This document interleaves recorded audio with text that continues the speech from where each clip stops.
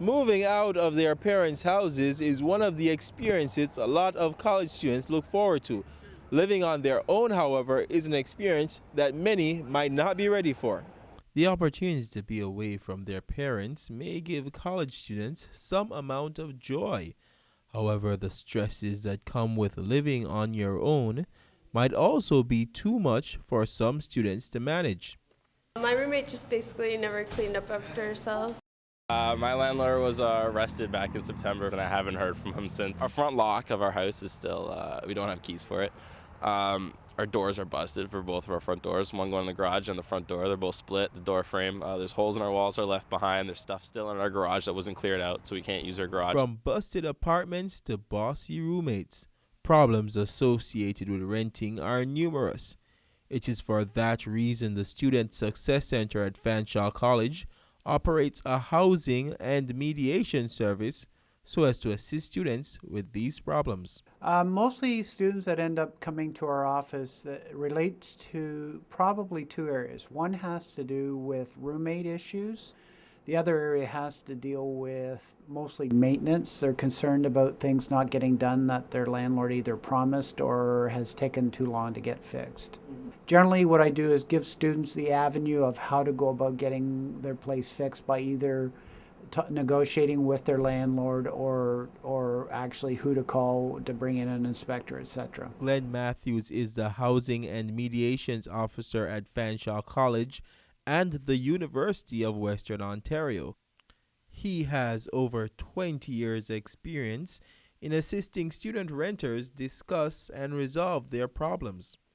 It is his duty to provide information to the student renter by suggesting approaches to handling these issues.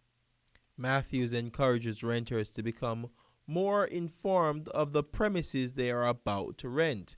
I think there's certainly an element where, for whatever reason, a lot of students don't become informed consumers. And I equate it to students that go out and buy a car or they go buy even stereo equipment or iPod or whatever. They usually generally get informed about good value, what's a good deal and what isn't a good deal, or what the technical specifications are.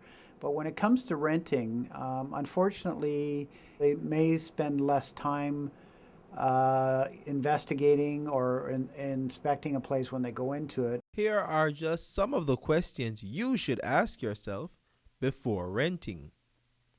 What kind of rent can I afford? Do I need a roommate agreement? What kind of place do I want? Where in the city do I want to live? Do I understand the lease agreement? Does this place suit my lifestyle? If you have done all the planning and have gone to mediation and still cannot find a resolution between yourself and your landlord, Matthew suggests you might need to visit the Landlord-Tenant Board.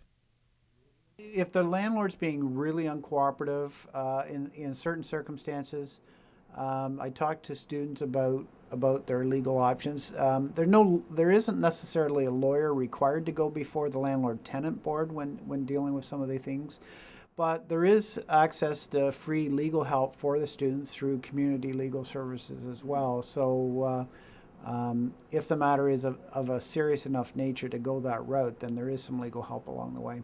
For most students that we spoke to, they had no landlord or roommate issues.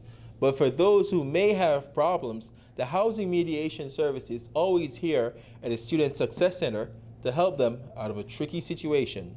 Reporting for TV Fanshawe on Campus, I'm Tyrone Thompson.